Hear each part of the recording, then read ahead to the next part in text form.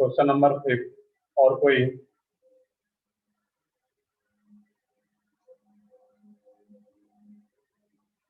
Part third में 9। Question number 3 का B option.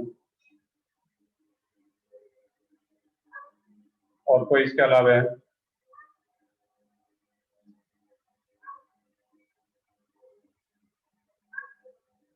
तो ठीक है, देख लेते हैं पहले हम इसको यहाँ पे। क्वेश्चन नंबर 3 का बी ऑप्शन। बाकी और भी है कोई डाउट है तो बताओ इसमें। क्वेश्चन नंबर 3 का बी ऑप्शन। क्वेश्चन नंबर 3 में बोला जा रहा है which of the following will perform iodoform reaction with I2OH minus। I2OH minus कौन कौन सा परफॉर्म करेगा? तो यहाँ पे सिंपल सा था कि I2OH माइनस, और लिख भी रखा है कि आइडोफॉर्म। तो आइडोफॉर्म टेस्ट जहां कहीं भी आ रहा हो, तो I2OH माइनस क्या होता है? आइडोफॉर्म रिएजेंट होता है। आइडोफॉर्म I2OH माइनस या I2OH माइनस ना दे करके कंप्लीट ये NOH लिखा रहा है या KOH लिखा रहा है, ये क्या होता है यहाँ पे? आइडोफॉर्म रिएजेंट या आइडोफॉर्म लिख दिया जाए, आइडोफॉर्म टेस्ट। तो कौन कौन सा ग्रुप देता था? मैंने पिछले डिस्कशन लेक्चर में भी बताया था कि CH3 C डबल बॉन्ड हो, ये दोनों ग्रुप हो, बट ये एल्डिहाइड एंड कीटोन का C डबल बॉन्ड हो। इधर कोई भी अल्काइल ग्रुप हो, एराइल ग्रुप हो या हाइड्रोजन हो सकता है, बट ये क्या हो? एल्डिहाइड या कीटोन ही हो, ये फंक्शनल ग्रुप चेंज ना हो यहाँ पे। क्लियर है यहाँ पे है? जो कि ए ऑप्शन में CH3CO तो मिथाइल कीटोन आ रहा है। इसके बी ऑप्शन में क्या आ रहा है यहाँ पे? ध्यान से देखोगे, CH3C डबल बॉन्ड O, ये पार्ट तो है, बट इसमें जैसे NH2 ऐड करोगे ये एल्डिहाइड कीटोन रह ही नहीं जाएगा, ये तो फंक्शनल ग्रुप ही चेंज हो जाता है, अमाइड आ जाएगा। दैट मींस ये आइडोफॉर्म टेस्ट नहीं दे पाएगा। क्लियर अब यहाँ पे है? किस तरीके से सोचना था उसको। आइडोफॉर्म देने के लिए क्या हो, अब यहाँ पे फंक्शनल ग्रुप चेंज ना हो जाए कि यहाँ कार्बोक्सिलिक एसिड आ जाए यहाँ पे CH3CO। यहाँ पर भी तो ये है, बट ये भी आइडोफॉर्म टेस्ट नहीं दे क्योंकि फंक्शनल ग्रुप ही चेंज हो चुका है। यहाँ पे जो C बॉन्ड है यहाँ पे कोई OH ग्रुप नहीं होगा, NH2 नहीं होगा, कोई हाइड्रोजन नहीं होगा, कोई ईस्टर नहीं रहेगा। That means functional group change ना हो, एल्डिहाइड एंड कीटोन ही रहेगा। दैट मींस बी ऑप्शन नहीं आ पाएगा यहाँ पे। बी ऑप्शन जो रहेगा आइडोफॉर्म टेस्ट नहीं देगा। Next question number 5। Question number 5 में बोला जा रहा है compound X gives Frooti smell. जहां कहीं फ्रूटी स्मेल आता है तो सबसे पहले माइंड में क्या आना चाहिए? कहीं ना कहीं ईस्टर है वो। X on hydrolysis give an acid and alcohol। जब भी इस टाइप का होता है RC double bond O R dice, तो ईस्टर लिख लिया यहाँ पे है। और ईस्टर का जब भी हाइड्रोलिसिस किया जाता है, हाइड्रोलिसिस का मतलब क्या होता है? वाटर के साथ रिएक्शन, इसीलिए आगे का पार्ट है, बट फिर भी देखना है प्रोडक्ट क्या बनेगा। क्वेश्चन ही दे रखा है क्वेश्चन में ही। जब इसका रिएक्शन होता है यहाँ पे ईस्टर का वाटर के साथ, तो वाटर का OH इधर और H इधर आ जाता है। इस तरीके से ये बॉन्ड ब्रेक होता है, वो आगे का पार्ट है। और जैसे ये बॉन्ड ब्रेक होता है तो RC डबल बॉन्ड OH, और इसका जो एक H था R dash OH, R dash OH, ये क्या बन जा रहा है? एसिड एंड अल्कोहल, जो कि क्वेश्चन में बोल भी रखा है, gives an acid and alcohol. Acid gives violet colour with neutral efficiency. Acid जो है वहां पे neutral efficiency, acid give violet colour with neutral efficiency. जो भी एसिड है वो क्या होता है? Neutral efficiency. दैट मीन जो एसिड वाला पार्ट है, इसी पार्ट में जो कंपोनेंट प्रेजेंट है वो कौन सा कंपोनेंट होगा?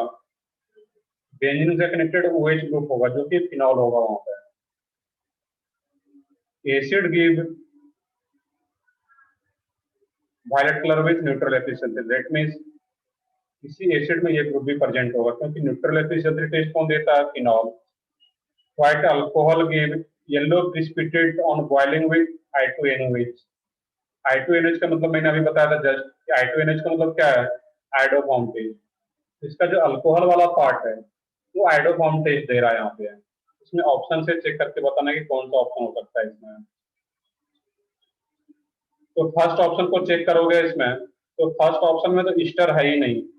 क्वेश्चन बोला जा रहा है कि एक्स क्या हो, तो फ्रूटी स्मेल किसका होता है? ईस्टर का।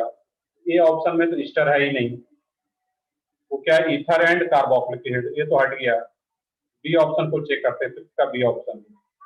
तो फिफ्थ के बी ऑप्शन में अगर चेक करोगे यहाँ पे है, इसमें क्या आ रहा है, OH, और यहाँ पे COO C2H है, इसका मतलब क्या, वो ईस्टर है, वो C2H खाएगा, तो CH2 CH2 लिख सकते हो। और जैसे मैंने यहाँ पे बॉन्ड को ब्रेक करके फॉर्म किया था, तो यहाँ पे क्या कर दो, OH और H, ये एसिड और ये अल्कोहल बन जाएगा यहाँ पे। ये क्या होगा, इसमें OH COH plus CH3 CH2OH। अब यहाँ पे देखना था कि जो कि एसिड वाला पार्ट है यहाँ पे है, COH ग्रुप तो है, बट इसमें ये ग्रुप भी प्रेजेंट है यहाँ पे, फिनॉल। दैट मीन्स ये न्यूट्रल है, इसलिए टेस्ट भी दे पाएगा। क्लियर है। और यहाँ पे जो CH3 CH2OH है, तुम इस तरीके से लिख सकते हो, CH3 CHOH और H, और ये ग्रुप भी प्रेजेंट है, ये भी आइडो फॉर्म पे ही देता था। मैंने क्लास में बता रखा है कि मिथाइल कीटोन CH3CO या मिथाइल अल्कोहल एस्टर CH3CHOH, ये ग्रुप भी प्रेजेंट है, तो ये भी आइडो फॉर्म पे दे पाएगा। दैट मीन्स बी करेक्ट है, जो क्वेश्चन बोला जा रहा है उसके अकॉर्डिंग बी ऑप्शन करेक्ट है वहाँ पे। बाकी ऑप्शन को चेक करते हैं, वहाँ पे सी ऑप्शन को चेक करोगे तो सी ऑप्शन में तो क्या होगा, वहाँ पे एसिड तो बन जाएगा, फिनॉल बन जाएगा, बट उसका जो अल्कोहल वाला पार्ट होगा वहाँ पे, सी ऑप्शन की बात कर रहे हैं, C double bond O CH3, इस बॉन्ड को जब ब्रेक करोगे तो ये OH और H, ये वाला जो अल्कोहल वाला पार्ट है ये क्या बन रहा है, CH3OH, और ये CH3OH आइडो फॉर्म टेस्ट नहीं देता है। इस टाइप का अल्कोहल होना चाहिए आइडो फॉर्म टेस्ट के लिए। दैट मीन्स सी भी नहीं आएगा और डी ऑप्शन भी नहीं आएगा, क्योंकि डी में तो फिनॉल बनेगा ही नहीं, इसमें सिंगल करेक्ट ऑप्शन है। दैट इज ठीक है, मल्टीपल है तो उसमें सिंगल भी हो सकता है, तो आंसर क्या आता है इसमें बी। क्लियर है सब लोगों को? आई थिंक सब लोगों का डाउट रहा होगा, इसमें इस टाइप से सोचना था इसको।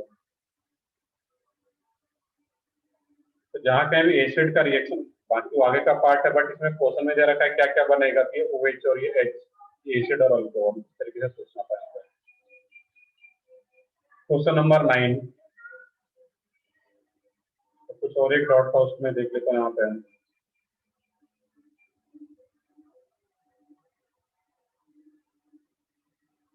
सर साइरिन क्या होता है? हाँ बताओ, साइरिन क्या होता है? स्टायरीन क्या होता है? किस क्वेश्चन में, किस ऑप्शन में आ रहा है, बताओ उसमें। क्वेश्चन 9 9 में वो देखते हैं, वहाँ पे उसको लोग करते हैं अभी। हम लोग 8 का एक और क्वेश्चन था, 8 का A and D, option A check कर लेते हैं उसको हम लोग। उस क्वेश्चन तक मैं आता हूँ, क्या रहेगा वो।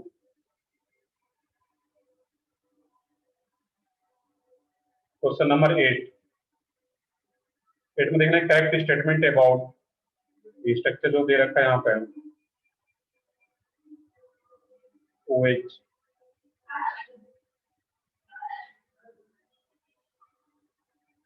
यहाँ पे ट्रिपल बॉन्ड आ रहा है, COH ग्रुप है यहाँ पे। अब से बोला जा रहा है यहाँ पे लिबरेट 3/2 मोल ऑफ H2, इसीलिए फर्स्ट ऑप्शन ही देखना था इसमें, तो ठीक है, ये ऑप्शन की बात कर लेते हैं। Liberate 3/2 mole of H2 on treatment with Na।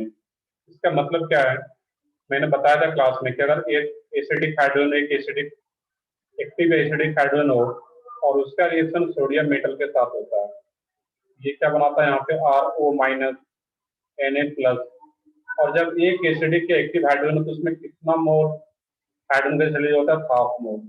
तो मैंने बता रखा है विथ मैग्नीशियम, अगर एक एसिडिक हाइड्रोजन होगा तो उसमें half mole H2 gas release होता है।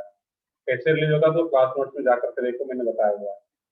ये याद रखना है कि जब एक acidic hydrogen half mole acidic, ये half mole H2 gas release होगा। इसमें कितना एसिडिक हाइड्रोजन प्रेजेंट है, तो एसिडिक हाइड्रोजन एक्टिव हाइड्रोजन कौन कौन सा होता था, जो कि मोर इलेक्ट्रोनेगेटिव एटम या सिंपली ऑक्सीजन, नाइट्रोजन, क्लोरीन या sp कार्बन से कनेक्टेड हो। ये तो ऑक्सीजन से कनेक्टेड, ये भी एक्टिव हाइड्रोजन, ये भी एक्टिव हाइड्रोजन, और ये sp कार्बन से कनेक्टेड एक H यहाँ पर भी जो अंडरस्टूड है, यहाँ पर भी एक एक्टिव हाइड्रोजन है, ये भी सोडियम मेटल के साथ रिएक्ट करने के बाद H2 रिलीज करेगा। तो टोटल कितना मोल आ रहा है यहाँ पे, कितना एक्टिव हाइड्रोजन है, 1 2 3, और एक एक्टिव हाइड्रोजन होता तो हाफ मोल। 3.2 मोल्स। यहाँ पे क्या होगा इस केस में, 3 active hydrogen, that mean 3/2 mole. Clear अब यहाँ पे, तो ठीक है। नेक्स्ट है क्वेश्चन नंबर 9। अब क्वेश्चन नंबर 9 में जो आ रहा है तुम्हारा स्टाइरिन, उसका भी स्ट्रक्चर तुम्हें गिवन होगा वहां पे, जो मैंने पीडीएफ अलग से सेंड किया था। कुछ लोगों को याद हो तो बता सकते हो कि स्टाइरिन क्या होता है। मैं बताता हूँ यहाँ पर।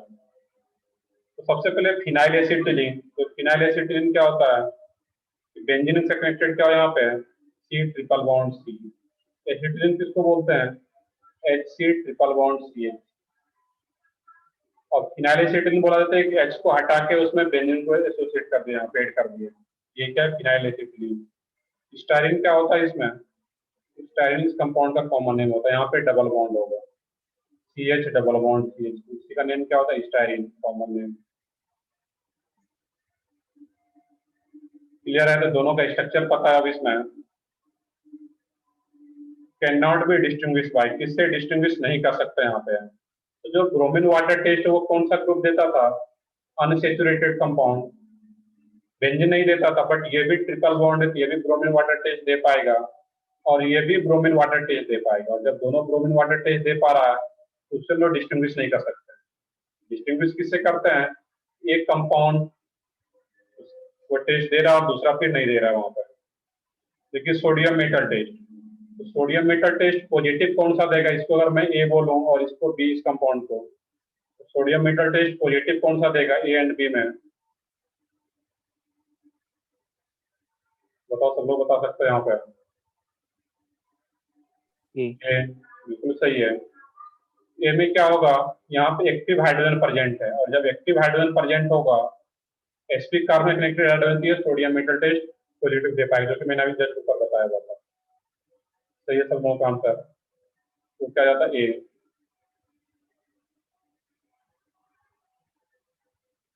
sp कार्बन से कनेक्टेड है, यहाँ पे sp कार्बन से कनेक्टेड हाइड्रोजन ही एसिडिक होता है, उसके अलावा कोई भी एसिडिक नहीं रहेगा। सोडियम मेटल टेस्ट से कर पाएंगे, AgNO3 plus NH4OH। Tollens reagent, Tollens reagent कौन सा देता है, सिर्फ टर्मिनल अल्काइन। तो terminal alkyne Tollens reagent test दे पाएगा, दैट मीन्स ये टेस्ट देगा और ये टेस्ट नहीं देगा, टॉलेंस रिएजेंट। फोर्थ है ammoniacal cuprous chloride test. Ammoniacal cuprous chloride test भी टर्मिनल अल्काइन दे पाता है, ये देगा लेकिन ये अल्किन नहीं देगा। यहाँ पे 2 3 4 से डिस्टिंग्विश कर सकते हैं, सिर्फ फर्स्ट से डिस्टिंग्विश नहीं कर सकते यहाँ पे। तो आंसर इसका फर्स्ट ही आ रहा होगा, इसमें चेक कर सकते हो। तो ठीक है, और तो कोई डाउट नहीं है इस सेक्शन में, पार्ट थर्ड में।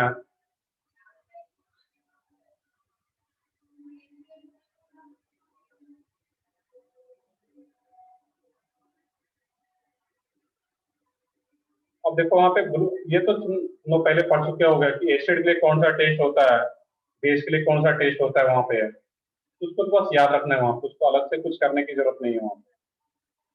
जो भी तुम मुझे कि एसिड के लिए पढ़े होगे वहां पे टेस्ट, कोई भी अगर एसिड रहता है उसमें वहां पे, क्योंकि क्वेश्चन आ रहा है सर एसिड और बेस, वो तो चीजें पता होना चाहिए यहाँ पे। कि कोई भी एसिड रहता है वो क्या करता है उसमें, ब्लू लिटमस को रेड में, और कोई भी बेस है तो रेड को ब्लू में। इसको तो याद रखना पड़ेगा इसमें। ये मैं डिटेल में लिटमस टेस्ट इसलिए नहीं बताया कि आई होप सब लोग 10th में पढ़े हो गए। एसिड क्या करता है, ब्लू को रेड में, और बेस क्या करता है, रेड को ब्लू में। तो ठीक है, आगे देखते हैं इसमें। पार्ट 4 में भी किसी को कुछ डाउट हो तो पूछ सकते हो।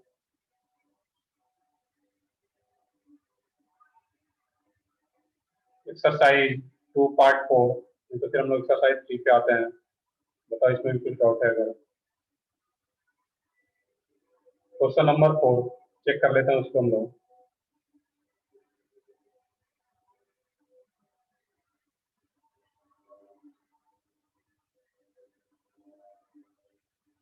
तो ठीक है, क्वेश्चन नंबर 4, 5, 6 जो 3 क्वेश्चन है वहां पे उसको कैसे अटेम्प्ट करना है उसको मैं बताता हूँ वहां पे। अब क्वेश्चन नंबर 4 में देखना है यहाँ पे, the only correct combination in which the reaction does not proceed through redox mechanism। अब यहाँ पे redox mechanism, redox का मतलब क्या, वहां पे रिडक्शन ऑक्सीडेशन वगैरह नहीं हो रहा, does not proceed through redox mechanism। redox mechanism का मतलब क्या यहाँ पे है, redox reaction प्रोडक्ट हो गया ऑक्सीडेशन रिडक्शन, उसमें ऑक्सीडेशन रिडक्शन वगैरह कुछ नहीं हो रहा वहां पे। तो ऑप्शन वाइज चेक करते हैं वहां पे है कि फोर्थ का ये ऑप्शन की बात करें वहां पे, ये ऑप्शन को अगर चेक करते हो उस केस में तो 1,2R, तो 1,2R का मतलब क्या, वहां पे बेंजल डिहाइड स्ट्रक्चर ड्रॉ करना था बेंजल डिहाइड का।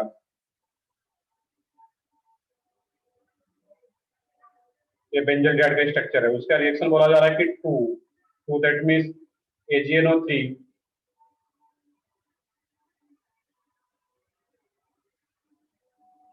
प्लस NH4OH, और फाइनली वो किससे मैच करा रहा है वहां पे है R से, सिल्वर मिरर इज फॉर्म। तो सही है यहाँ पे कि एल्डिहाइड का रिएक्शन जब AgNO3 प्लस NH4OH के साथ होता है टॉलेंस रिएजेंट के साथ, इसमें जो कंपाउंड बनाता है, जो प्रोडक्ट बनाता है यहाँ पे, वो क्या बना लेता है, C double bond O minus plus Ag। ये सिल्वर मिरर टेस्ट मैंने बताया भी था कि एल्डिहाइड के केस में जो टॉलेंस रिएजेंट होता है उसको सिल्वर मिरर टेस्ट भी बोला जाता है यहाँ पे, क्योंकि क्या होता है, ब्लैक पीपीटी बना रहा होता है। ये सिल्वर मिरर टेस्ट है, ये करेक्ट है यहाँ पे। अब देखना है कि इसमें oxide redox mechanism that means oxidation या रिडक्शन, यहाँ पे देखो ये एल्डिहाइड आ रहा है यहाँ पे, और इसमें फाइनली क्या बन गया तुम्हारा, C double bond O minus. तो चेक करके बताओ, तुम लोग पढ़ चुके हो रिडॉक्स रिएक्शन ऑक्सीडेशन रिडक्शन, यहाँ पे क्या हो रहा है, इस एल्डिहाइड में से एक हाइड्रोजन बाहर जा रहा है, और रिमूवल ऑफ हाइड्रोजन कौन सा प्रोसेस होता है, ऑक्सीडेशन या reduction, removal of hydrogen oxidation. सही है, बिल्कुल ऑक्सीडेशन। सही है, ऑक्सीडेशन।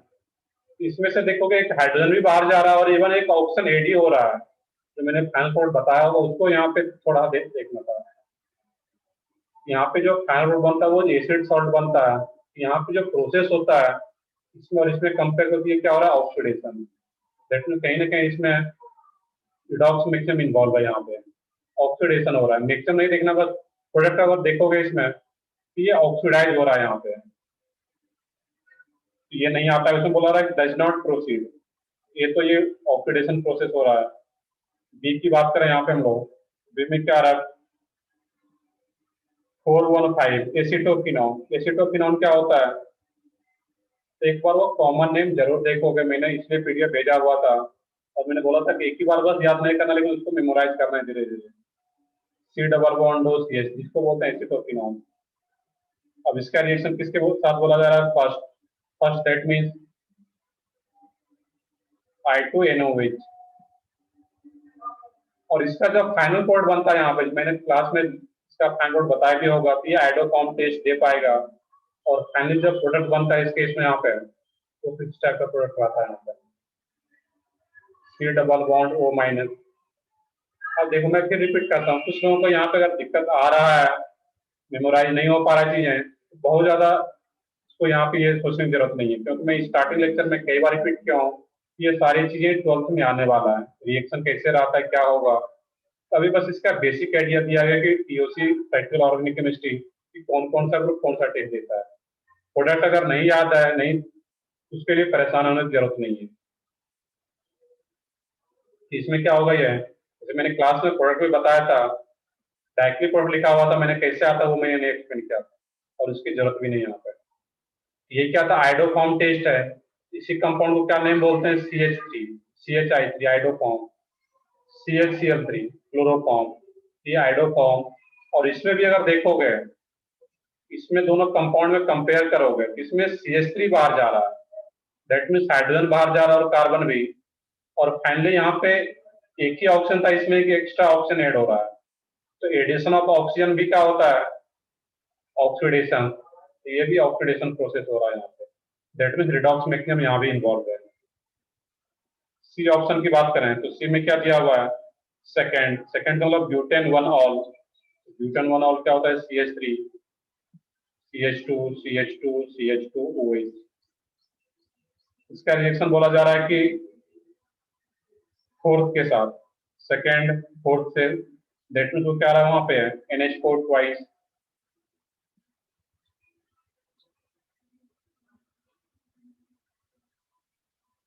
CE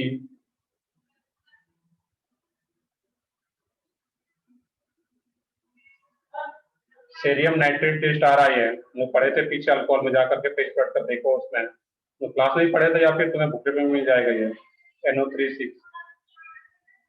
इस टाइप से कुछ दे रखा है यहाँ पे।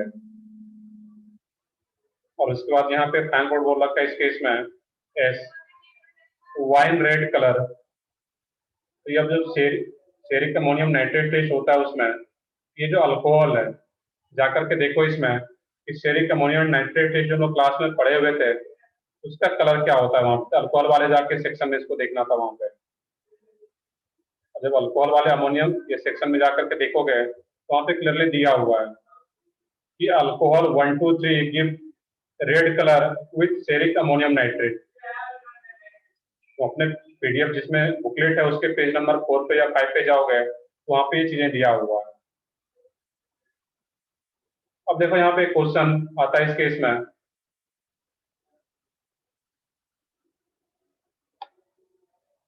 रिडॉक्स मैक्सिमम का मतलब क्या था वहां पे है। अब देखो इस केस में रिडॉक्स मैक्सिमम का मतलब ये आ रहा था, इसका तो ऑक्सीडेशन हो रहा है। अब AgNO3 का यहाँ पे क्या आ रहा है, AgNO3 में Ag का ऑक्सीडेशन स्टेट क्या रहता है यहाँ पे, NO3 क्या होता है नाइट्रेट, तो नाइट्रेट क्या होता है NO3 माइनस। तो NO3 माइनस और Ag का क्या रहता है यहाँ पे Ag प्लस। NO3 माइनस है तो Ag पे ऑब्वियस सी बात है क्या होगा +1, ये +1 ऑक्सीडेशन स्टेट में। अभी AgNO3 Ag +1 में, और जब Ag एलिमेंटल स्टेट में आ गया तो यहाँ पे Ag का ऑक्सीडेशन स्टेट क्या रहेगा, Ag एलिमेंटल स्टेट में कोई भी एलिमेंट हो एलिमेंटल स्टेट में तो वो क्या रहता है 0। जीरो। सही बिल्कुल, वो क्या रहेगा 0। इसका तो ऑक्सीडेशन हो रहा है एल्डिहाइड का, बट AgNO3 का क्या हो रहा है, +1 से किस में जा रहा है 0 में, इसका क्या हो रहा है रिडक्शन। दैट मीन्स ये क्या बोला जा रहा है रिडॉक्स मैक्सिमम। क्लियर है यहाँ पे। अब I2NOH में I2NH में I2 का एलिमेंटल स्टेट है, इसमें इसका ऑक्सीडेशन स्टेट क्या रहेगा 0। CHI3 में आयोडीन का क्या रहेगा इस केस में, यहाँ पे -1 ही हो जाता है इवन यहाँ पे CHI इस टाइप से यहाँ पे I का भी जो रहेगा इसका ऑक्सीडेशन हो रहा है यहाँ पे 0 से ये और भी कम हो जाता है। यहाँ पे आयोडीन का जनरली क्या रहता है, क्लास में पढ़े हो गए कि जो भी आ रहा है हाइड्रोजन फैमिली इन जनरल उसका -1 रहता है। क्लोरीन का तो हमेशा -1, बट क्लोरीन ब्रोमीन आयोडीन का भी जनरली -1 होता है, बट उसके अलावा भी कुछ अलग अलग ऑक्सीडेशन स्टेट शो करता है जो कि हम लोग पीरियोडिक टेबल में भी पढ़ेंगे ऑक्सीडेशन स्टेट। दैट मीन्स यहाँ पर भी इसका 0 से -1 जाता है, दैट मीन्स रिडक्शन होता है, और इसका oxidation, that means redox reaction बोला गया यहाँ पे। क्लियर है यहाँ पे है। अब इसका जो यहाँ पे NH4 ट्वाइस CNO3 ये जो कॉम्प्लेक्स कंपाउंड टाइप से आ रहा है,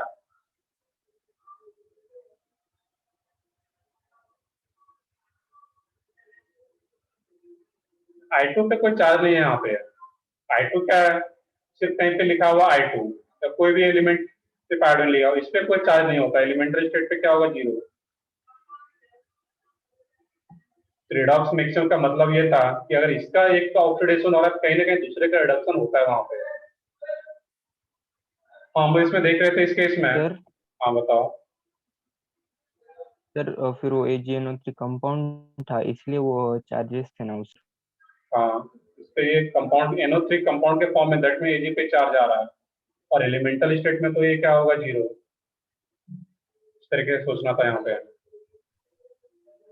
यस सर, थैंक तो देखते हैं यहाँ पे। अब इस केस में जो OH रहता है यहाँ पे अल्कोहल के केस में ब्यूटेन वन ऑल, इसका जब रिएक्शन होता है सेरिक अमोनियम नाइट्रेट टेस्ट, यहाँ पे जो बस सिर्फ रेड कलर यहाँ पे इसका कुछ प्रोडक्ट वैसा नहीं रहता है, कि अल्कोहल जो है वो कुछ कन्वर्ट हो जाता है यहाँ पे। इवन इसमें जो ये H होता है, ये H सिर्फ बाहर जाता है यहाँ पे, इसका कुछ अलग से ऑक्सीडेशन या रिडक्शन नहीं होता यहाँ पे, क्योंकि एसिडिक हाइड्रोजन होता है यहाँ पे है NO3 माइनस है, तो सिर्फ ये H प्लस को बाहर करता है यहाँ पे O माइनस। इस केस में कोई भी ऑक्सीडेशन रिडक्शन नहीं होता अल्कोहल का। बाकी AB में क्लियरली दिख रहा था कि वहाँ पे ऑक्सीडेशन रिडक्शन होता है। चलो बाकी हम आगे बढ़ते हैं, इसका मीनिंग समझ में आ गया कि रिडक्शन ऑक्सीडेशन के थ्रू कैसे प्रोसीड करना था यहाँ पे। इसका आंसर भी चेक करो, शायद सी आ रहा होगा यहाँ पे, ये भी तो क्लियर है नहीं होगा, सी में कोई चेंज नहीं होता यहाँ पे ऑक्सीडेशन रिडक्शन। तो आंसर एक बार चेक कर लो इसका, सी आ रहा है कुछ और है? जी सर। सी है। ए बी में क्लियरली चेंज हो रहा है, रिडॉक्स रिएक्शन हो रहा है, सी में ऐसा कुछ नहीं होता है, सी में सिर्फ ये H प्लस बाहर जाता है। बाकी डी ऑप्शन को भी चेक कर सकते हो इसी तरीके से। और भी कोई डाउट हो पार्ट 4 में तो ठीक है, आगे बढ़ते हैं फिर हम लोग इसमें।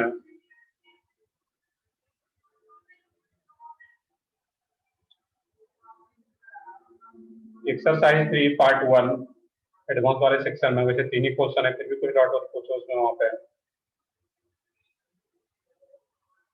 पार्ट 1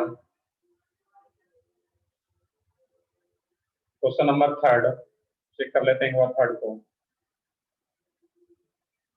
क्वेश्चन नंबर 3 में बोला जा रहा है इसमें कि in conversion of 2 butanone to propanoic acid which reagent is used. देखो मैं क्वेश्चन बता देता हूँ यहाँ पर, ये 2 बुटानॉन का मतलब क्या होता है? CH3 CH2 C double bond O CH3। Question number 1 का भी देखते हैं उसको भी। तो सबसे पहले देखना है कि ये जो आ रहा है यहाँ पे, ये आइडोफॉर्म टेस्ट दे पाता है।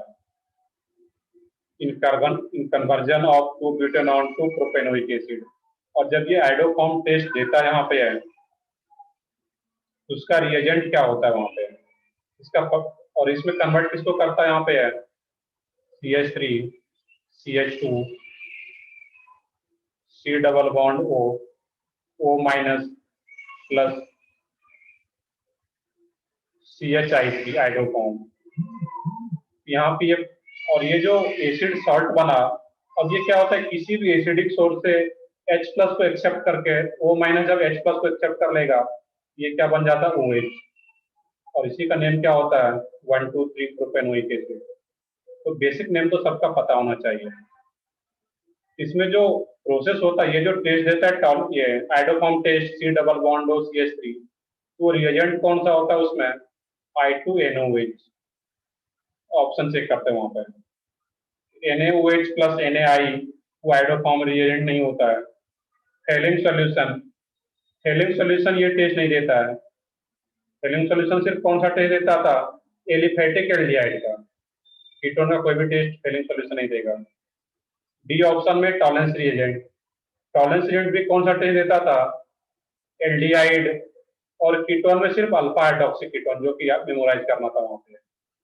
तो टॉलेंस रिएजेंट, हेलिंग सॉल्यूशन, ये कीटोन का टेस्ट नहीं दे पाएगा, तो ये ओनली I2NOH का रिएक्शन हो पाएगा यहाँ पे, जो कि हम लोग अच्छे से पता है, और इसी से कन्वर्जन पॉसिबल है। तो आंसर क्या आता है उसका? C, NOH और I2। बाकी H में बाद में H प्लस दे भी रखा है, जो मैंने यहाँ पे बोला भी था अलग से कि पहले O माइनस बनता और बाद में किसी एसिडिक सोर्स से तो H प्लस क्लियरली दे रखा है क्वेश्चन।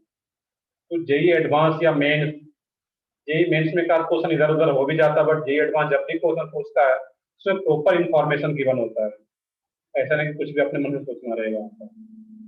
तो आंसर क्या था उसका? C।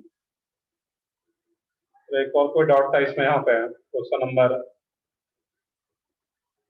1 का B, identify a reagent from the following list which can easily distinguish between 1 butane and 2 butane।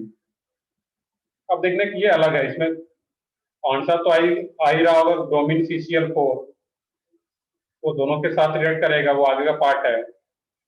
इस पार्ट को, इस क्वेश्चन नंबर 1 को जो है Br2CCl4, ये हम लोग को यहाँ पे नहीं पढ़ना था, डाइल्यूट H2SO4 HgSO4 उसको भी यहाँ पे नहीं पढ़ना है हम लोगों को।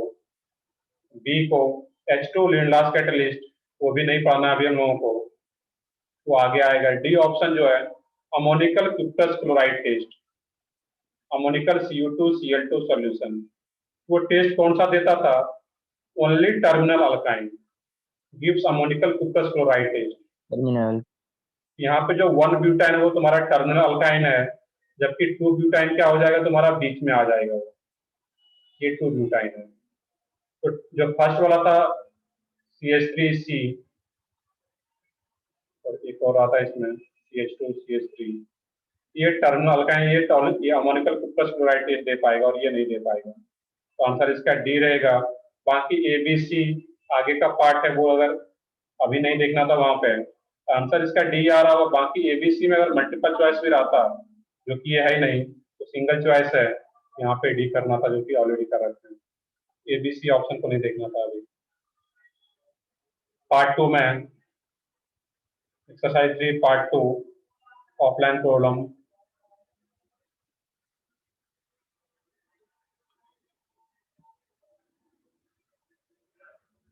पार्ट 2 ऑफलाइन प्रॉब्लम में क्वेश्चन नंबर 1 to 11। हाँ बताओ क्या था क्वेश्चन नंबर, क्या था? पार्ट 2 का 6। Question number 6। और कोई इसके अलावा भी कुछ कुछ एक डाउट आ रहा था वो बता सकते हो?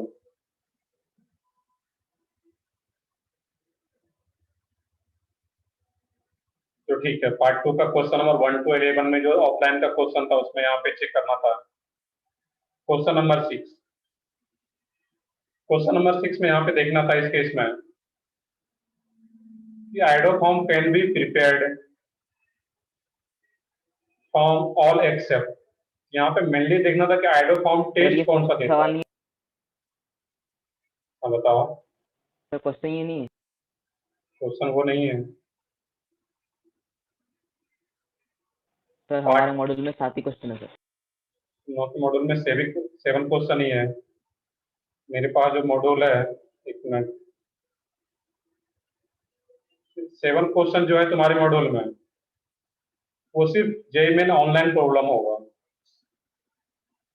और कुछ अलग से नहीं है। ये ऑफलाइन का प्रॉब्लम तुम लोग ने दिया गया है। क्वेश्चन नंबर 1 to 11 पार्ट 2 का पहले होगा और फिर नीचे 1 to 7 होगा ऑनलाइन में। ऐसा कुछ नहीं है तुम लोग मॉड्यूल में। Sir online. ओके, सिर्फ ऑनलाइन दिया गया है उसमें। तो ठीक है, तो फिर हम उसी के अकॉर्डिंग देखते हैं इसको, फिर स्किप करो वहाँ पे जब तुम लोगों में आई नहीं। तो ठीक है, ऑनलाइन में हम लोग क्वेश्चन नंबर 7 देख लेते हैं वहाँ पे। 6 सर। क्वेश्चन नंबर 6, तो 6 को ही देख लेते हैं वहाँ पे हम लोग।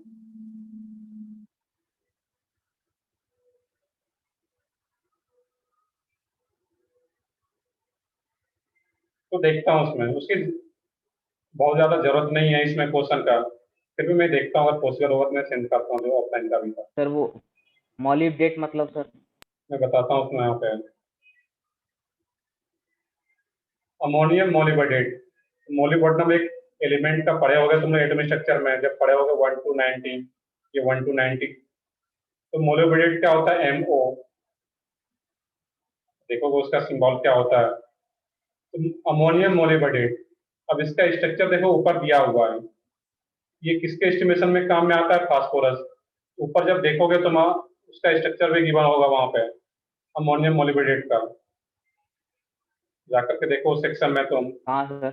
एस्टिमेशन ऑफ फास्फोरस वाले में जाकर के देखोगे वहां पे है, क्लियर है? वहां पे है उसका स्ट्रक्चर क्या आ जाता है वहां पे अमोनियम मोलिबडेट का MO, तो इसका सिंबल आ गया वहां पे NH4 ट्वाइस MO और ये O4। एकदम एग्जैक्ट वहां से जो क्वेश्चन पूछा गया था जेईई मेंस में एज इट इज लाइन उठा करके वहां पे दिया गया फाइनल एग्जाम में। तो किसके एस्टिमेशन के काम में आता है? फास्फोरस। तो आंसर भी मिल जाता है तुम्हारा वहां पे। और भी कोई डाउट?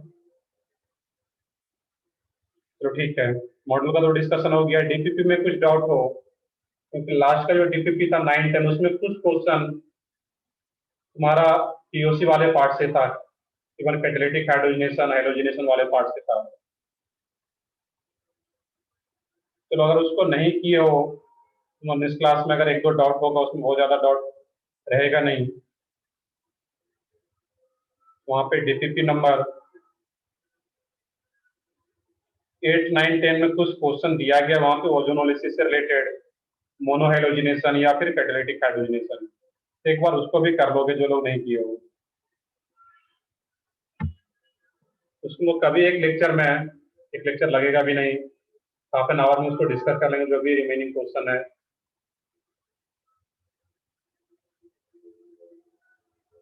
मॉड्यूल में कुछ और डाउट हो तो पूछ सकते हो अभी, तो फिर आगे हम लोग पढ़ते हैं अभी के पीवी टेबल को।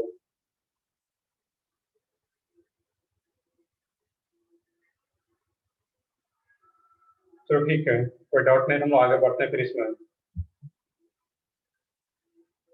हम लोग कहाँ तक पढ़े थे पीवी टेबल में?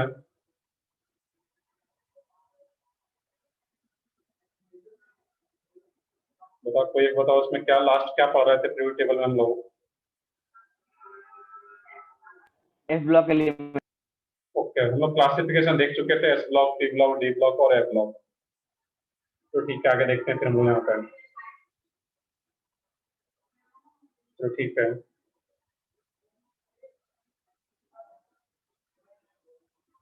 नेक्स्ट है इसमें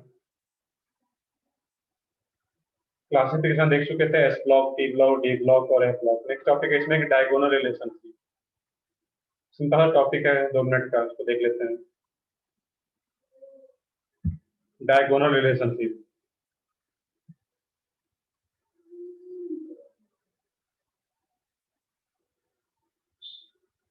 ब्लॉक एलिमेंट के बाद नेक्स्ट टॉपिक है इसमें डायगोनल रिलेशनशिप। अब देखना चाहिए डायगोनल रिलेशनशिप क्या होता है इसमें। इसमें जो कुछ compound second period and third period का जो कुछ एलिमेंट होगा, उसमें सेकंड एंड थर्ड पीरियड का जो कुछ एलिमेंट है उसका प्रॉपर्टी एक जैसा होता है। लेकिन यहाँ पे लोग सेकंड पीरियड एलिमेंट की बात करें, लिथियम, बेरिलियम, बोरन, कार्बन। अब पीरियड नंबर पता है इसमें, जैसे मैंने वर्ड अभी यूज किया कि सेकंड पीरियड एलिमेंट। अब ये पता होना चाहिए कि लिथियम, बेरिलियम, बोरन, कार्बन किस पीरियड का एलिमेंट है और कैसे फाइंड आउट करते हैं। ये सब क्या रहा है इसमें, सेकंड पीरियड का एलिमेंट है।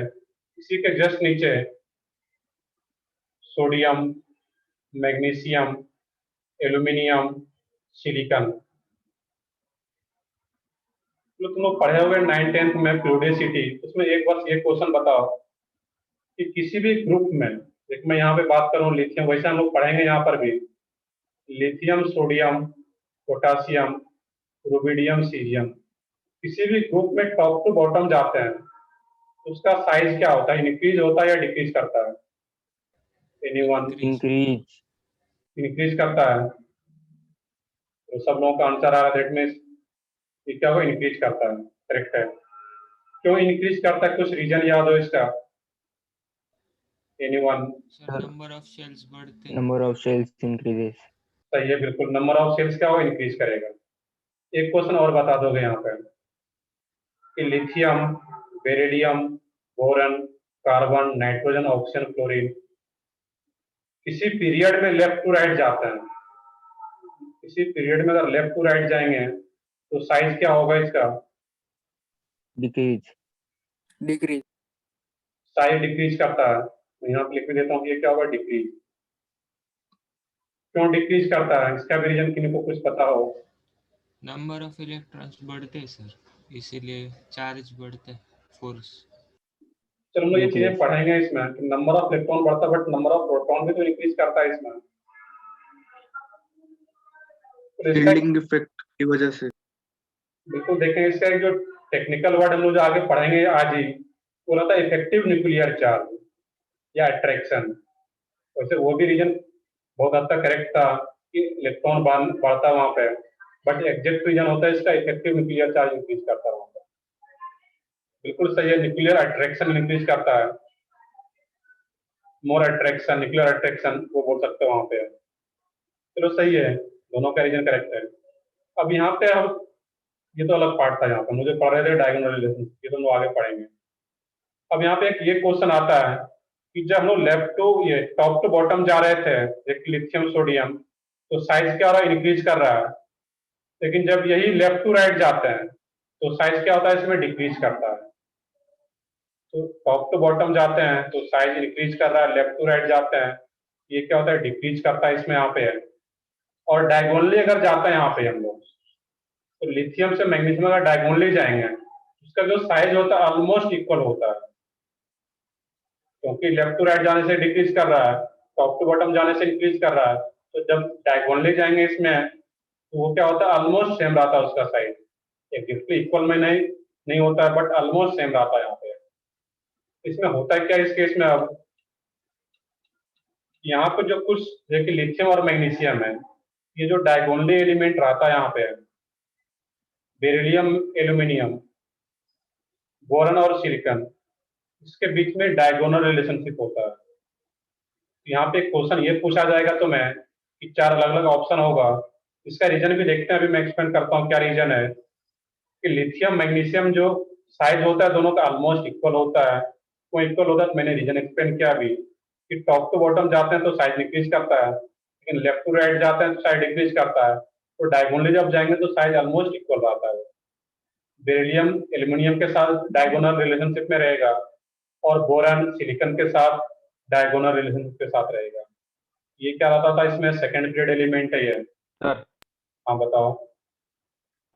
सर पर उसमें मैग्नीशियम में तो एक से ज्यादा होगा ना सर, तो वो तो बड़ा होना चाहिए। होना चाहिए, बट इसमें क्या होता है, लेफ्ट टू राइट जा रहे हैं तो उसमें क्या होता है वहां पे, और ये बड़ा होगा भी, मैं ये नहीं कह रहा हूँ कि नहीं होगा, बट ऑलमोस्ट इक्वल होता है यहाँ पे।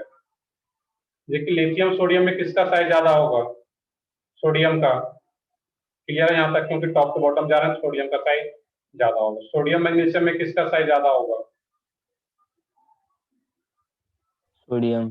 सोडियम का, क्योंकि लेफ्ट टू राइट जा रहे हैं, और लेफ्ट टू राइट जा रहे हैं तो सोडियम का साइज ज्यादा, तो मैग्नीशियम का तो कुछ कम हो रहा है, और मैग्नीशियम का भी कम है सोडियम से, और लिथियम का भी सोडियम से कम है, तो लिथियम मैग्नीशियम का ऑलमोस्ट इक्वल हो जाता है। ऑब्वियस सी बात है मैग्नीशियम का ज्यादा है अभी भी, बट फिर भी लिथियम के बराबर आसपास आ जाता है मैग्नीशियम का। Okay sir. क्लियर है यहाँ पे, अभी इस तरीके से सोचना था यहाँ पे। ऐसा नहीं कि मैग्नीशियम का साइज स्मॉल हो जाएगा, अभी भी ग्रेटर आता है, बट लिथियम के आसपास आ जाता है। चलो ठीक है, ये सेकंड पीरियड का एलिमेंट था, और ये क्या होगा इसमें, थर्ड पीरियड का एलिमेंट। तो जो डायगोनल रिलेशनशिप होता है वो second period and third period का ही एलिमेंट शो करता है। और डायगोनल का मतलब क्या था कि इसके डायगोनल जो एलिमेंट है, पीरियड टेबल देख सकते हो तुम लोग वहां पे, इसका डायगोनली जो रिलेशनशिप आता है, लिथियम के जस्ट नीचे सोडियम है, बेरिलियम के नीचे मैग्नीशियम, ये जो डायगोनली है वो दिखा रहा है यहाँ पे। अब इसका रीजन भी एक्सप्लेन मैं करता हूँ कि diagonal relationship arise due to diagonal relationship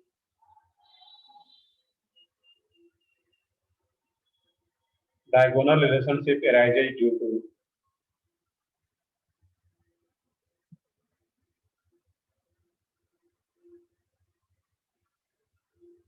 उससे कुछ पॉइंट्स है यहाँ पे, यहाँ तक नोट डाउन करो पहले, उसके बाद देखते हैं इसका हम लोग रीच कर लेते हैं यहाँ पे। सर हाँ बताओ। अब ये थर्ड के बाद फोर्थ पीरियड शो नहीं करता क्या? नहीं, इसमें जो डायगोनल रिलेशनशिप रहेगा मेनली इसी में रहता है यहाँ पे। अब ऐसा उल्टा नहीं होता इसमें, यहाँ पे एक क्वेश्चन कुछ लोग बोल रहे हो सर इसमें भी होता है क्या, इसमें उल्टा ये नहीं आता है, बेरिलियम इधर नहीं आता है, ऐसा कुछ नहीं रहता है यहाँ पे। बहुत ज्यादा इंपॉर्टेंट नहीं है यहाँ पे, बट यहाँ पे कुछ प्रॉपर्टी मैच करता है इसका, जिसके चलते यहाँ पे तो डायगोनल रिलेशनशिप जो रहता है बस यही 3 शो करता है यहाँ पे, लिथियम मैग्नीशियम के साथ, बेरिलियम एल्यूमिनियम के साथ, और बोरन किसके साथ, सिलिकॉन के साथ। बस ये 3 याद रखना है। क्लियर है यहाँ पे है, बिल्कुल सेकंड एंड थर्ड पीरियड के लिए वैलिड है यहाँ पे। सर हाँ बताओ। सर फिर वो सोडियम और कार्बन का नहीं होगा सर नहीं, ये इसका किसी के साथ नहीं होता है। बस ये 3 याद रखना, जो मैंने अभी सर्कल भी कर दिया, बस ये 3 ही याद रखना। सोडियम का किसी के साथ नहीं।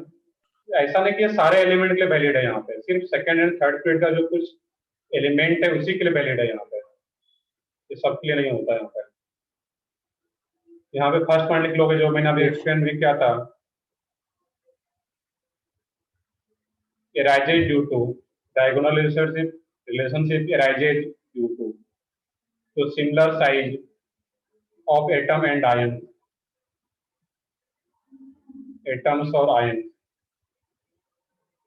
अब इसमें कुछ डाटा यहाँ पे बस रेफरेंस लिख सकते हो यहाँ पे, जैसे लिथियम का जो साइज होता है यहाँ पे 1.23 एंगस्ट्रॉम, और मैग्नीशियम का जो साइज होता है इसमें 1.36 एंगस्ट्रॉम। बट यही जब आयंस के फॉर्म में आ जाता है तो लिथियम का ऑक्सीडेशन स्टेट क्या होता है, पढ़े होगे तुम लोग। लिथियम का ऑक्सीडेशन स्टेट +1। लिथियम का हम लोग पढ़ेंगे यहाँ पर भी, बट लिथियम का जब कन्फिग्रेशन पढ़े होगे तुम लोग वहां पर, वो क्या होता है 1s2 2s1। इसका एक ही इलेक्ट्रॉन बाहर जा सकता है, क्योंकि एक ही इलेक्ट्रॉन बाहर जाने के बाद ये इनर्ट गैस कन्फिग्रेशन को ऑप्शन कर लेगा, दैट मीन्स का एक इलेक्ट्रॉन बाहर जा सकता है, और एक इलेक्ट्रॉन बाहर जा दैट मीन्स +1। मैग्नीशियम पे इसी तरीके से कितना चार्ज आ सकता है, 2 बिल्कुल करेक्ट है 2। मैग्नीशियम का जब कन्फिग्रेशन लिखोगे तो वो नियॉन 3s2, तो 2 इलेक्ट्रॉन इसका बाहर जा सकता है, दैट मीन्स मैग्नीशियम का ऑक्सीडेशन स्टेट +2। अब देखना इस केस में यहाँ पे है, इसका जो साइज जब आयंस के फॉर्म में आ जाता है, इसका साइज भी चेंज हो जाता है यहाँ पे। इसका जो डाटा होगा यहाँ पे 0.76 एंगस्ट्रॉम और इसका 0.72 एंगस्ट्रॉम। इसका मैं रीजन आगे एक्सप्लेन करूंगा जब इफेक्टिव न्यूक्लियर चार्ज पढ़ रहा हूँ, अट्रैक्शन वाला जो रीजन बता रहे थे, मोर न्यूक्लियर अट्रैक्शन। तो जहाँ पे हम शील्डिंग इफेक्ट पढ़ेंगे, इफेक्टिव न्यूक्लियर चार्ज पढ़ेंगे, तो वहाँ पे इसका रीजन एक्सप्लेन होता है।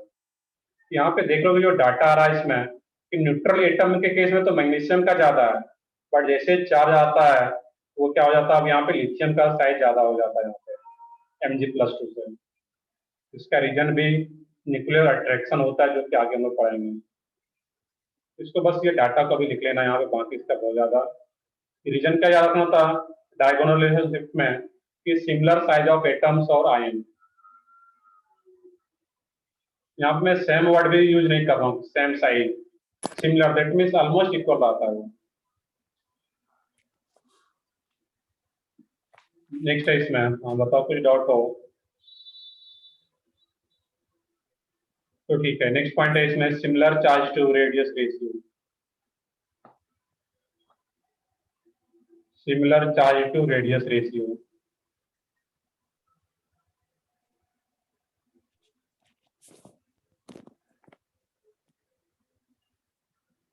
ये मेन रीजन ये है इसका यहाँ पर। बाकी similar charge to radius ratio है, इसमें जो चार्ज और इसका जो रेडियस का जो रेशियो रहेगा वो दोनों का ऑलमोस्ट सिमिलर आ जाता है यहाँ पे। बस ये लैंग्वेज इसको याद रखना। बाकी चार्ज क्या होता है, रेडियस कैसे निकालते हैं हम लोग, कंपेयर कैसे करना, तो आगे का पार्ट है। और एक लास्ट पॉइंट इसमें सिमिलरिटी इन इलेक्ट्रॉन की value.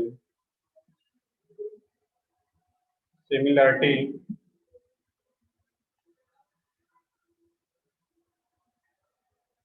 Similarity in electronegativity value. Electronegativity value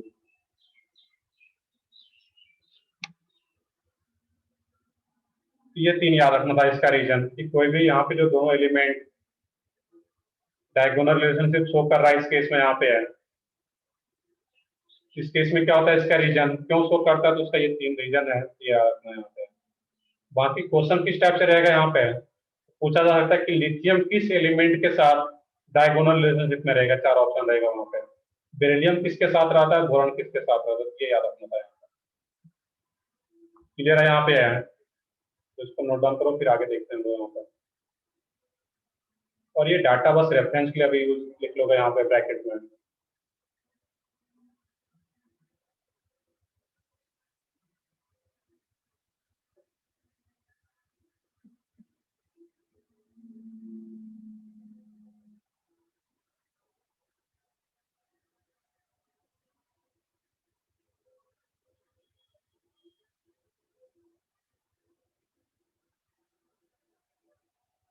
तो मैंने क्या लिखा हुआ है यहाँ पे, मैंने उसे रेडी भी किया था, मैं दोबारा लिख देता हूँ इसको क्लियरली। ये क्या यहाँ पे arises due to, arises due to, किस कारण से अराइज हो पाता है डायगोनल यहाँ पर। सिमिलर साइज ऑफ एटम्स और ions, similar charge to radius ratio, similarity electronegative value. अब ये क्या होता है इलेक्ट्रोनेगेटिविटी वैल्यू, ये हम लोग अलग सब इसी चैप्टर में हम लोग पढ़ेंगे इलेक्ट्रोनेगेटिविटी क्या होता है। और चार्ज टू रेडियस रेशियो, तो किस पे चार्ज क्या था +1, इस पे चार्ज क्या था +2, इसका जो रेशियो होता है, इसका जो size similar charge to radius, जो लिथियम का जो रेडियस होता है और मैग्नीशियम का जो रेडियस होगा वो क्या रहा था इस केस में, यहाँ पे कि इस पे इसका क्या रहा था 1.23 एंगस्ट्रॉम और इसका मैग्नीशियम क्या क्या क्या था 1.36। इसका जब रेशियो, कुछ डाउट हो बाकी म्यूट करके रखना है, अगर फैमिली मेंबर से घर पे कहीं बात कर रहे हो, बाकी जब कुछ पूछना हो तो फिर करके पूछना डाउट। यहाँ पर चार्ज है वो not change, CHAR, similar charge to radius ratio, similarity in electronegativity value. जो आगे जो हम लोग पढ़ेंगे तो लिथियम मैग्नीशियम का जो इलेक्ट्रोनेगेटिविटी वैल्यू होता है वो भी सिमिलर आता है बेरिलियम एल्युमिनियम का भी।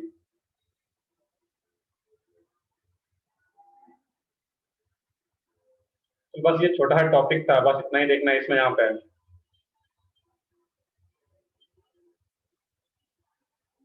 ये वैल्यू आता है यहाँ पे, देख लिथियम का जो साइज होता है उसका जो वैल्यू दिया गया है, आगे हम लोग पढ़ेंगे भी एटॉमिक साइज, किसी एटम का साइज क्या होता है तो उसका वैल्यू, इसके लिथियम का जो रेडियस होता है, जो साइज होता है वहां पर उसका वैल्यू दिया गया है। क्लियर है। और जब वो आयंस के फॉर्म में हो जाएगा, आयंस के फॉर्म में आ जाता है तो उसका साइज क्या रहेगा, तो वो वैल्यू यहाँ पे दिया गया है। क्लियर है यहाँ तक।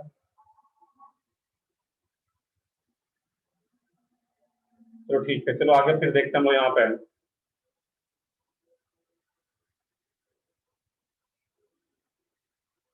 नेक्स्ट है इसमें यहाँ पे है नोमेनक्लेचर ऑफ एलिमेंट्स, ये भी सब लोग पढ़ रखे हो गए। Nomenclature of elements,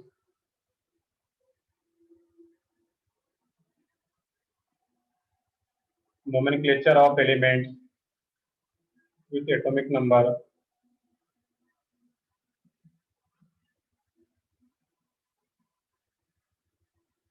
above 100,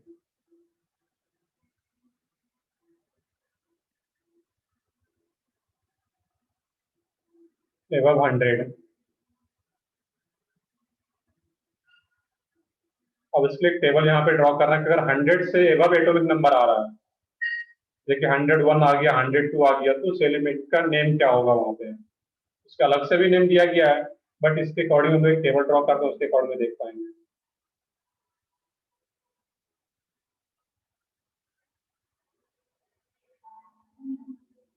digit, उसका नेम क्या होगा और उसका एब्रिविएशन क्या रहता है।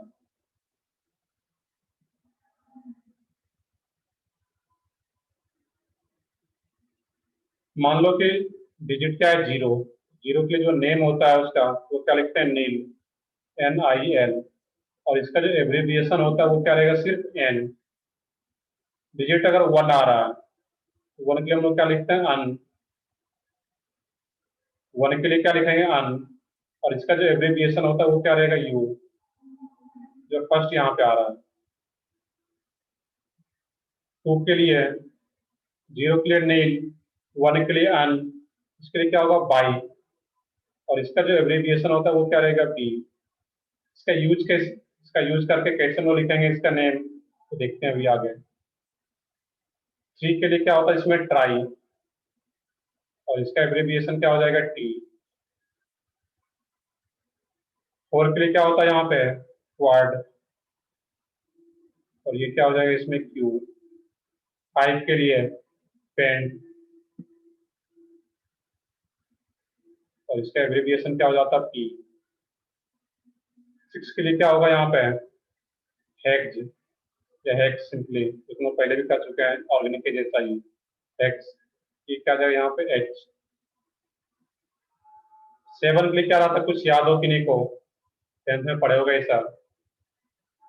हेप नहीं, यहाँ पे हेप्ट नहीं होता है, हेप्ट ऑर्गेनिक में आता है। यहाँ पे क्या हो जाएगा, सेप्ट, एस। 8 के लिए क्या रहता है यहाँ पे, ऑफ, ये ओ आ जाएगा। और 9 के लिए क्या होता है, कुछ याद हो? नून नहीं, ये इन होता है यहाँ पे, ई एन एन, और इसका एब्रिविएशन क्या होता है, ई। ये ऑर्गेनिक से थोड़ा सा डिफरेंट है, इस टेबल को ड्रॉ कर लो और इसके बेसिस में लोग एलिमेंट्स का नेम लिखेंगे, क्या होगा वहाँ पर।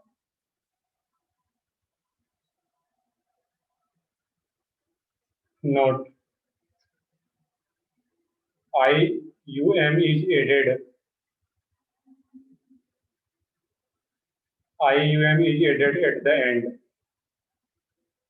At the end. तो जल्दी से ड्रॉ करो, फिर देखते हैं इसका यूज। इसको याद रखना है, 0 के लिए क्या होगा, नेल, 1 के लिए अन, 2 के लिए बाई, 3 के लिए ट्राई, क्वाड, पेंट, हेक्स, 7 के लिए सेप्ट। देखिए वहां भी 4 के लिए क्या होता था, ब्यूट, ऑर्गेनिक की बात करते हैं, यहाँ पे क्वाड आ रहा है। 7 के लिए हेप्ट होता था, यहाँ पे क्या है, सेप्ट। 9 के लिए यहाँ पे क्या होता है, ई डबल एन, इन। और इसी का जो फर्स्ट वर्ड है उसी का इसका एब्रिविएशन बना दिया गया यहाँ पे।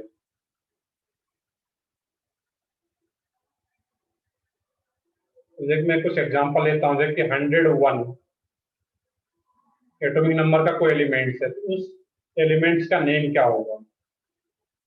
तो 100 से ऊपर स्पेसिफिक नेम भी है, बट उसको जनरलाइज कर भी दिया गया है, उसका जनरलाइज नेम क्या होगा वहाँ पर इस टेबल के बेसिस पर। तो 101 आ रहा है, अनियम बिल्कुल देख लेते हैं यहाँ पे, ये क्या होगा, 1 के लिए 1 आ रहा है इसमें, तो वो क्या होगा, अन। अब इसमें जो फर्स्ट दिखेंगे यहाँ पे वर्ड, फर्स्ट लेटर जो रहेगा वो क्या होगा, कैपिटल में, अन। 0 के लिए क्या था, नील, अननील। फिर 1 आ रहा है यहाँ पे, उसके लिए क्या होगा इसमें, अन, अनलीन, अन। बाकी सब इसमें स्मॉल में, सिर्फ फर्स्ट कैपिटल में, अननील कहलाएगा यहाँ पे, अन। और इसका जो एब्रिविएशन होता है, देखिए सोडियम को क्या लिखते हो तुम लोग, Na। उसी तरह 101 एलिमेंट्स को क्या लिख लेंगे यहाँ पे हम लोग, UNU। इसका ये सिंबल आ गया। कोई भी एग्जांपल लो यहाँ सर पे, वो IUM कहाँ ऐड करेंगे? सॉरी इसमें ऐड करना है यहाँ पे, अनिल, ये क्या था, अन, IUM, इसी में ऐड करना था, ये कंप्लीट नेम आएगा इसका, अनिल, अन, IM। और इसका जो एवरी ये सिंबल हो जाता है यहाँ पे, UN, और ये UNU। इसी तरह इसको भी ले लो यहाँ पे, मान लो कि 102 हो या 105 हो, कुछ भी ले सकते हो यहाँ पे। इसका नेम क्या होगा, 1 के लिए क्या आता है, अन। 0 के लिए क्या होगा तुम्हारा, नील। 5 के लिए क्या होगा यहाँ पे, पेन। और इसी के लास्ट में क्या ऐड कर देना था, IUM, पेंटियम, अनिल पेंटियम। और इसका सिंबल क्या हो जाता है उस एलिमेंट का, UN, यानी किसके लिए आ रहा है, 0 के लिए। और 5 के लिए क्या होगा यहाँ पे, P, UNP। 112 वो आ रहा, खुद से ट्राई करो इसका नेम क्या होगा, प्रोसेसर पता चल गया है। 118 आ रहा, कुछ भी आ रहा है यहाँ पे।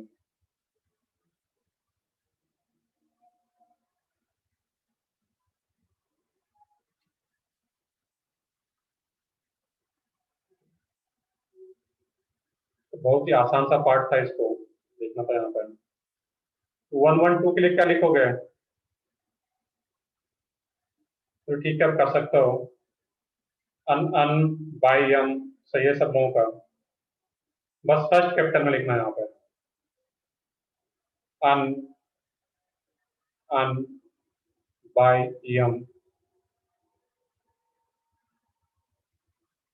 ये क्या आता है यहाँ पे U N B, sorry N तो नहीं आएगा यहाँ पे, यू यू और ये बी। सही है, सब लोगों का सही ही आ रहा है इसमें कुछ ऐसा कुछ सही नहीं लॉजिक जो कि यहाँ पे 118 का क्या आता है यहाँ पे, अन अनऑक्टियम। नेम जो आएगा, नेम के लास्ट में बस IUM ऐड करना था यहाँ पे, अनऑक्टियम। इसका सिंबल क्या आ जाता है यहाँ पे, यू यू ओ। क्लियर है, 109 का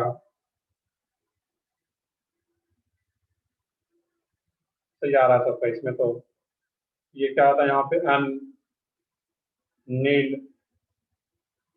EN ENN और लास्ट में IUM। सिंबल क्या होता है इसका,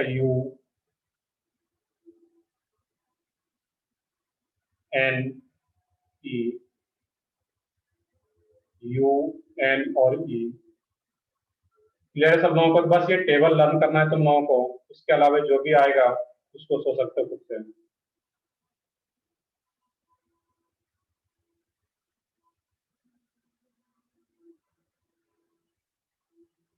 तो यहाँ तक नोट डाउन करो, फिर आगे बढ़ते हैं इसमें।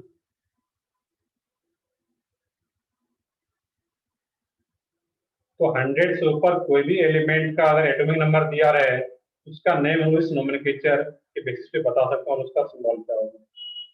बट पीरियोडिक टेबल में अप टू 118 118 तक उसका स्पेसिफिक नेम भी दे रखा है, तो वो भी नेम होता है जो दे रखा है, बाकी इसके बेसिस पे भी हम लोग निकाल पाते हैं।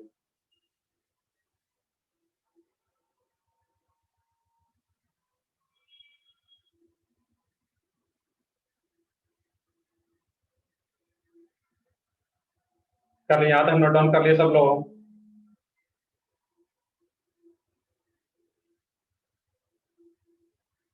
सर आप एक बार लास्ट स्लाइड बता सकते हो क्या?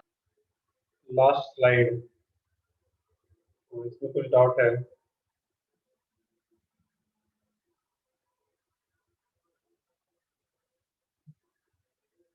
Yes sir. चलो ठीक है।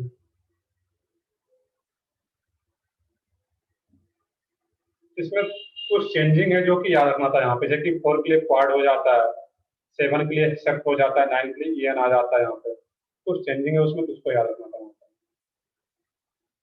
कहीं भी नेम यूज कर सकते हैं यहाँ पे हम लोग। 100 से ऊपर अगर एक्चुअल नेम नहीं पता तुम्हें एलिमेंट का, वहाँ पे नेम यूज कर सकते हो तुम। बाकी जब क्वेश्चन सॉल्व करो तो वहाँ पे 1-2 क्वेश्चन बुकलेट में है, वहाँ पे पता चल जाएगा।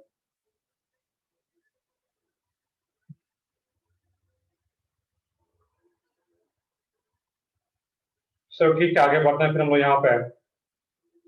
नेक्स्ट टॉपिक है इसमें इफेक्टिव न्यूक्लियर चार्ज, जो कि बहुत इंपॉर्टेंट टॉपिक है वो, इफेक्टिव न्यूक्लियर चार्ज। क्योंकि वो जो टॉपिक है उससे बहुत सारे फैक्टर अफेक्ट होते हैं, इवन साइज, एटॉमिक साइज, या आगे ionisation enthalpy, electron affinity, electronegativity, बहुत सारे फैक्टर अफेक्ट होते हैं वहाँ पे।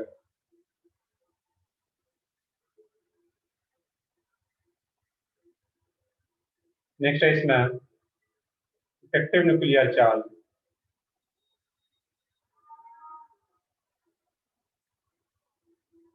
इफेक्टिव न्यूक्लियर चार्ज,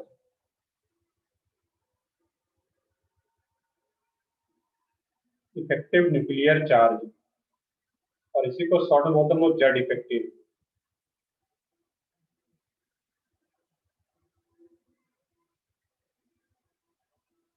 जरा यहाँ पे है जेड इफेक्टिव, या कई जगह जेड स्टार से भी इंडिकेट किया जाता है इसको।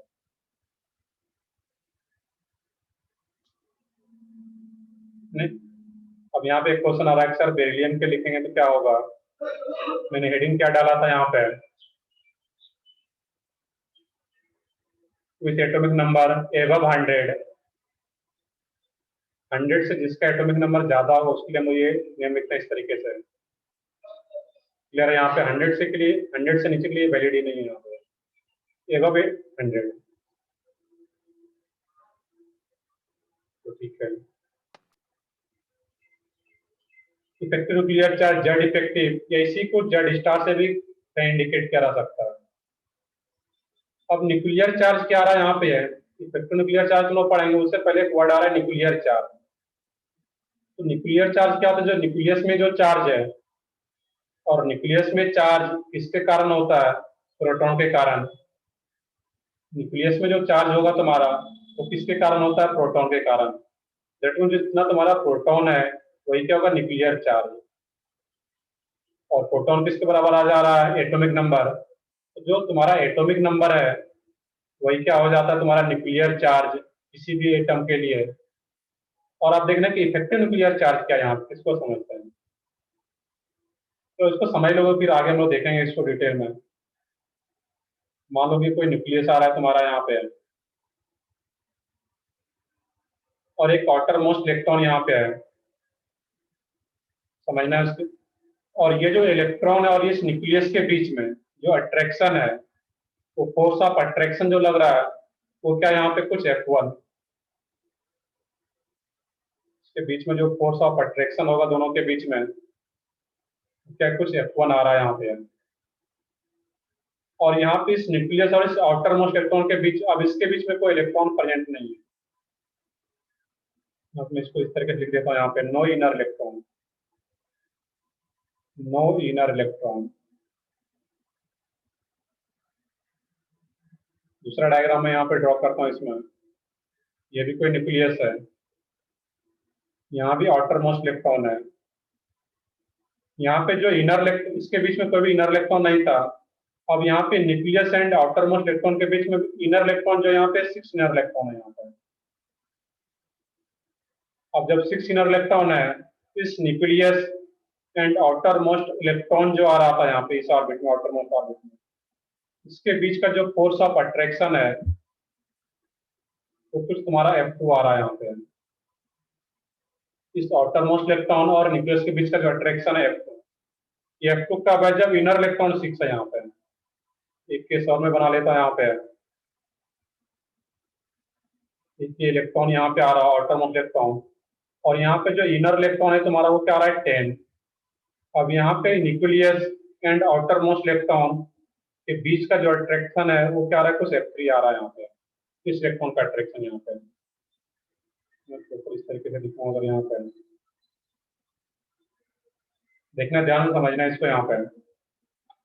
अब यहाँ पे तुम लोग क्वेश्चन ये बताओगे कि F1 force of attraction, F2 और F3। F1 कब है, जब कोई भी इनर इलेक्ट्रॉन यहाँ पे प्रेजेंट नहीं है न्यूक्लियस एंड इस इलेक्ट्रॉन के बीच में। Outer most electron and nucleus के बीच में यहाँ पे 6 इलेक्ट्रॉन है, उस टाइम इस दोनों का attraction, electron outer most electron and nucleus के बीच का अट्रैक्शन F2, और इस केस में F3 आ रहा है। यहाँ पे सिंपली तुम लोगों को बताना है कि force of attraction, force of attraction between outermost electron and nucleus, between outermost electron, जो कि अलग से दिखा रहे हैं इलेक्ट्रॉन को हम लोग, outermost electron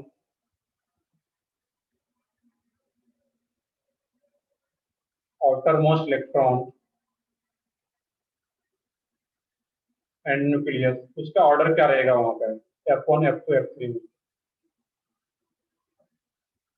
force of attraction between outermost electron and nucleus के बीच में जो फोर्स ऑफ अट्रैक्शन होगा किस केस में सबसे ज्यादा होगा यहाँ पे, F1 F2 F3 में। F3। नहीं, सोच के बताना, ये सिंपल सा क्वेश्चन है। यहाँ पे इलेक्ट्रॉन है, न्यूक्लियस है, nucleus and outer F1 F1 सही है, ये तो सिंपल सा लॉजिक है। तो सबसे ज्यादा क्या रहेगा यहाँ पे, F1 F2 F3। क्यों F1 का सबसे ज्यादा, क्योंकि ये जो आउटर मोस्ट इलेक्ट्रॉन है इसके और इनर इलेक्ट्रॉन होता तो अगर है यहाँ पे तो वो क्या करेगा, तो अगर यहाँ पे इनर इलेक्ट्रॉन है तो इलेक्ट्रॉन इलेक्ट्रॉन के बीच में क्या होगा, रिपल्सन होगा। और जब ये इनर इलेक्ट्रॉन 6 है यहाँ पे, इस आउटर मोस्ट इलेक्ट्रॉन को न्यूक्लियस के अट्रैक्शन से रोकेगा। ये जो इनर इलेक्ट्रॉन वो क्या करेगा, रिपेल करेगा। यहाँ पे 10 इनर इलेक्ट्रॉन है, और भी ज्यादा रिपेल करेगा इस आउटर मोस्ट इलेक्ट्रॉन को, अट्रैक्शन से रोकेगा, न्यूक्लियस के साथ अट्रैक्ट नहीं होने देगा यहाँ पे। तो अट्रैक्शन F3 का सबसे कम हो जाएगा।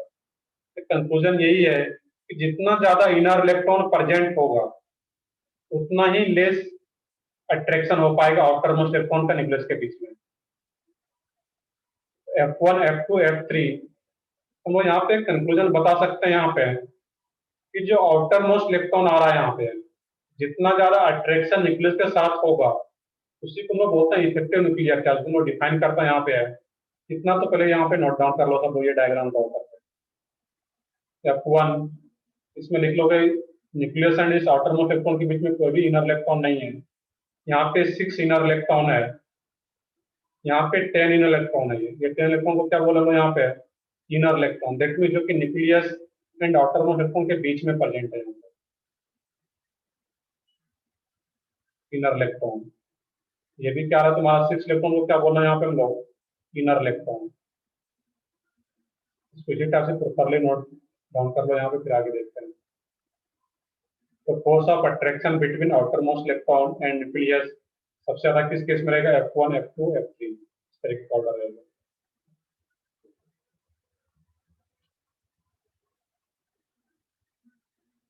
इसको नोट डाउन करो, मैं इसी पॉइंट को एक्सप्लेन करके मैं नोट भी कर देता हूँ यहाँ पे।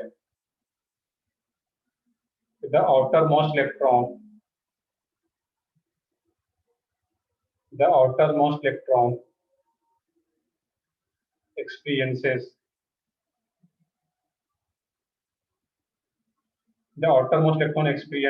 two opposing forces, or yeah, two types of forces.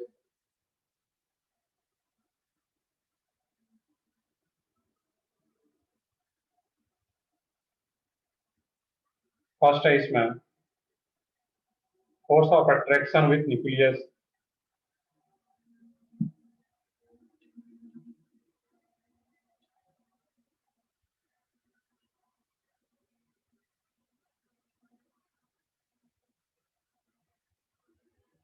force of attraction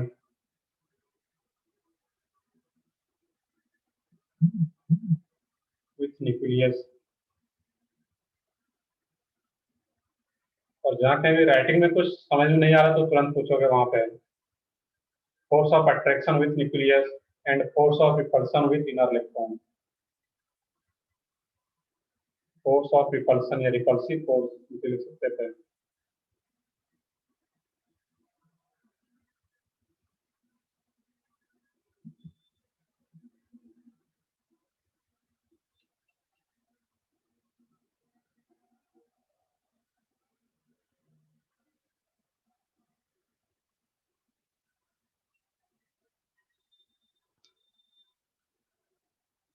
last में क्या पॉइंट लिखा हूं मैं यहाँ पे, द आउटर मोस्ट इलेक्ट्रॉन, जो आउटर मोस्ट इलेक्ट्रॉन है यहाँ पे वो दो टाइप का फोर्स एक्सपीरियंस कर रहा है यहाँ पे।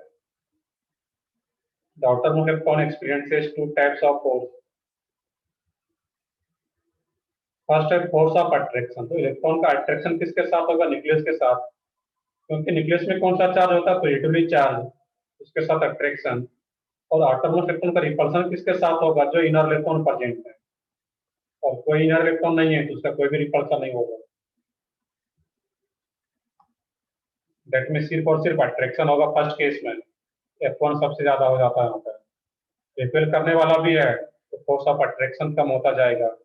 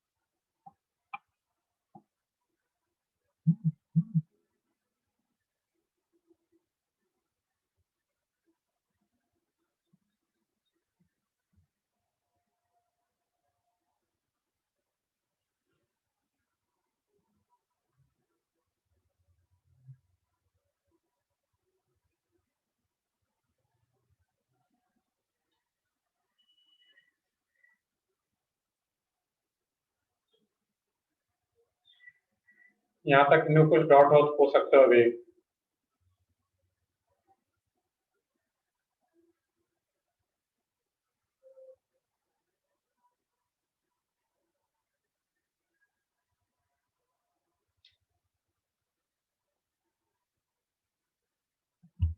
तो ठीक है, यहाँ तक के नोट डाउन करो तुम लोग। बाकी इसको डिफाइन भी करेंगे हम नेक्स्ट लेक्चर में कि इफेक्टिव न्यूक्लियर चार्ज एक्चुअल में होता है क्या है। तो मैंने बस बेसिक समझा यहाँ पे, इफेक्टिव न्यूक्लियर चार्ज का बेसिक क्या होता है, फोर्स ऑफ अट्रैक्शन।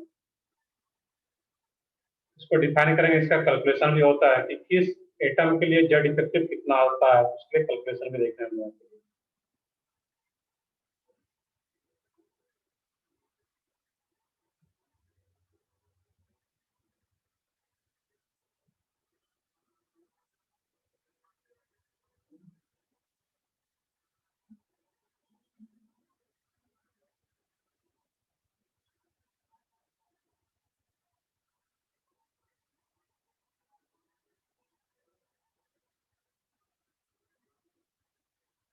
तो तुम लोगों का अभी भी टेबल, ये पीरियड टेबल का मॉडल नहीं मिला है क्या?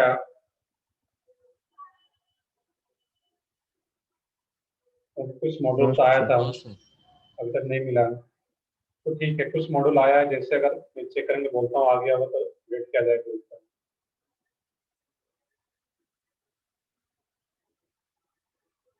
तो ठीक है, यहाँ तक नोट डाउन कर लिया सब लोग?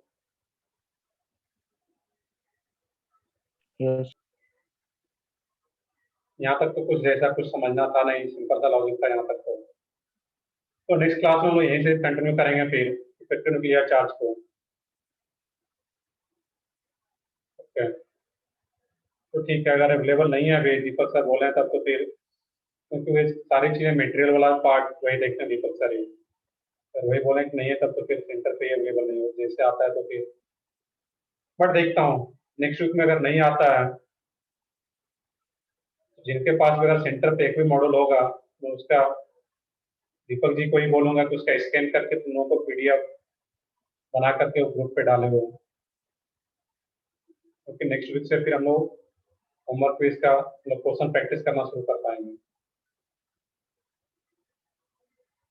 चलो ठीक है, फिर हम नेक्स्ट क्लास में कंटिन्यू करते हैं इसी को।